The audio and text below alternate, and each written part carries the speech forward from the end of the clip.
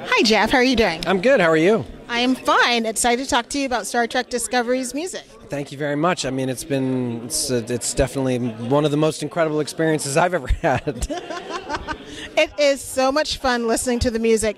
And I'm wondering, did you rewatch, or should I say re-listen to any of the previous Star Trek series music to sort of stay in their same road? So here, the thing is, I didn't have to.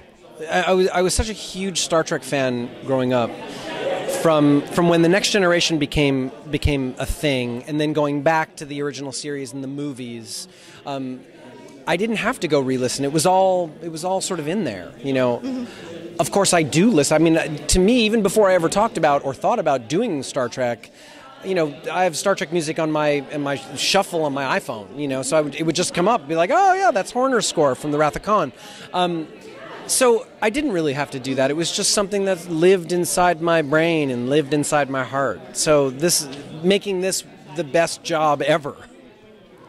It's been enjoyable listening to it because it doesn't sound exactly word for word like the other ones, but it still feels like a Star Trek. Sometimes I listen to some of the music from other movies. It sounds like they just taken the same music and played it over and over and over again. But this one sounds different, but it still sounds like it's part of the, I guess, would I say library, the Star Trek music library? I would call it the Pantheon. I would the world, the musical sort of vernacular, and you know, hearing you say that makes me feel good because that was the job, right? That was what I set out to want to do, like create a unique identity and yet still have it be in the world of that. And it's a tough thing because on one side you could feel like, well, you're just copycatting, and on the other side you could feel like, well, that's not Star Trek at all. So just trying to create that unique identity for the show and the themes for the characters, and yet having it still feel familiar. You know, that was the thing that's so important, I think, for Star Trek fans. It's like they watch Star Trek and they want to feel like they're watching Star Trek, and yet we also wanted them to feel like they were watching a new Star Trek. Mm-hmm. Well, I definitely feel like I'm watching a new Star Trek. It's a little bit different than all the other ones that I grew up watching. One of the questions I always find fascinating when you talk to people about who are making music for a movie or a TV show, do you watch the episode and then compose the music? Do you read the script and compose the music, or do you tweak it as time goes on? It's different for every project. Mm-hmm. So I do normally start out by reading scripts early on, so I can start sketching out what themes are going to be for certain characters that are going to happen. But mainly on a show like Star Trek, because of our turnaround time, once I've done that and we get into the every episode thing, I watch the episode with the producer, we talk about where music is going to be, I take it to my studio, I write it and record it, and then it's done. So it is a pretty fast turnaround, but yes, I am watching the episode and then, you know, writing the score to that episode. Now, since you're a composer, do you use piano or guitar, or what instrument do you use when you're composing music for Star Trek? So for Star Trek, I have a keyboard. I use a piano keyboard, and I sort of sketch out themes and melodies on a piano and tinkling on a piano.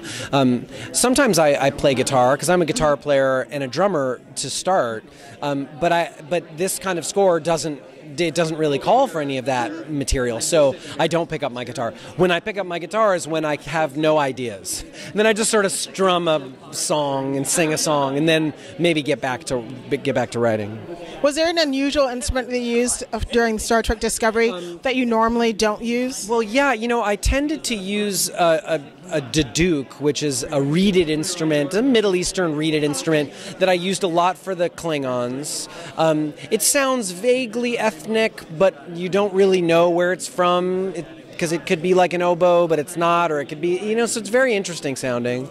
I use something called an Ili tambor, which is this really big, it's a Turkish instrument. It has a very long neck and a round metal body, and it's usually bowed, but it can be plucked as well. And that has a very odd, weird sound, and I use that for the Klingons as well. You know, the fact that the Klingons were just this other thing that needed to be dealt with musically, that I could delineate it from the rest of the score.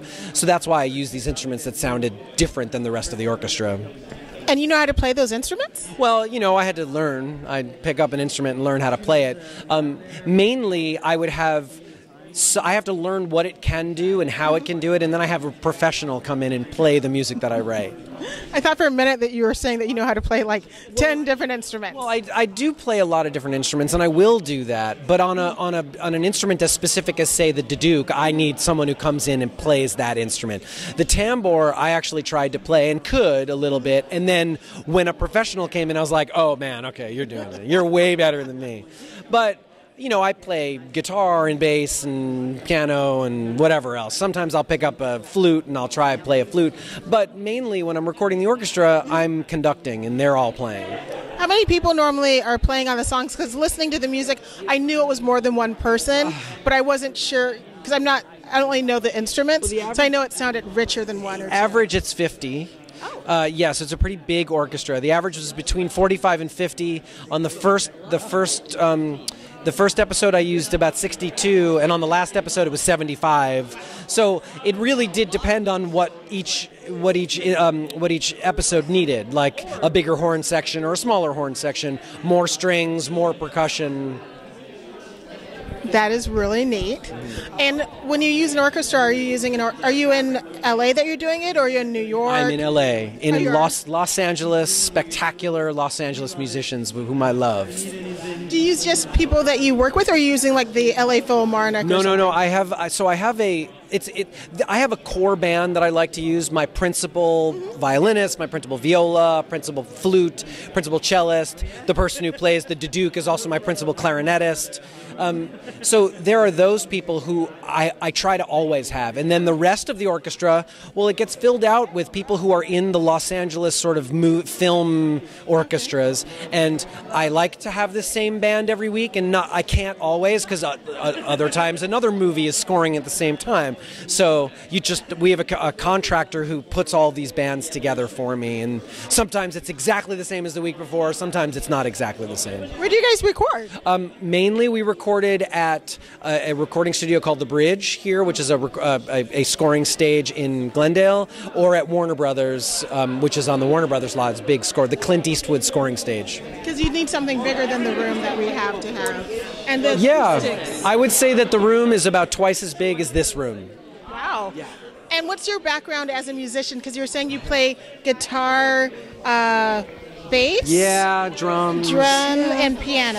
Yeah. So, I've been in a rock band for 25 years, 25 years, and that was really where I started, what I started doing, and I toured around for a really long time, and I transitioned from that to doing this. I still go out and play with my band sometimes, and that's always fun, but this is now sort of taken most of my time. What band? The band is called Tonic, and we had some songs on the radio back in the 90s. We were like a 90s alternative rock band. I remember the name because I'm older than I look. Mm-hmm.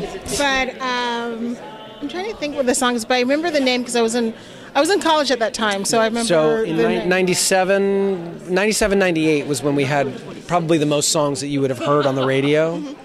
I live in the big city. Then I'm from Iowa originally, so we didn't get a lot back then. We played in Iowa a lot. University of Iowa? University of Iowa. University of Iowa gets everything. So a place called People's, I think, was the name of the club that we went to. It was like a tiny little club, and then we ended up getting bigger and bigger and bigger. It was a lot of fun. Thank you so much for talking with me. I'll have to look up Tonic, and I'll have to go see you one day. Sure, that would be great. I'm a hugger. Oh, go. Thank you. It's a pleasure talking with you. Congratulations. Thank you.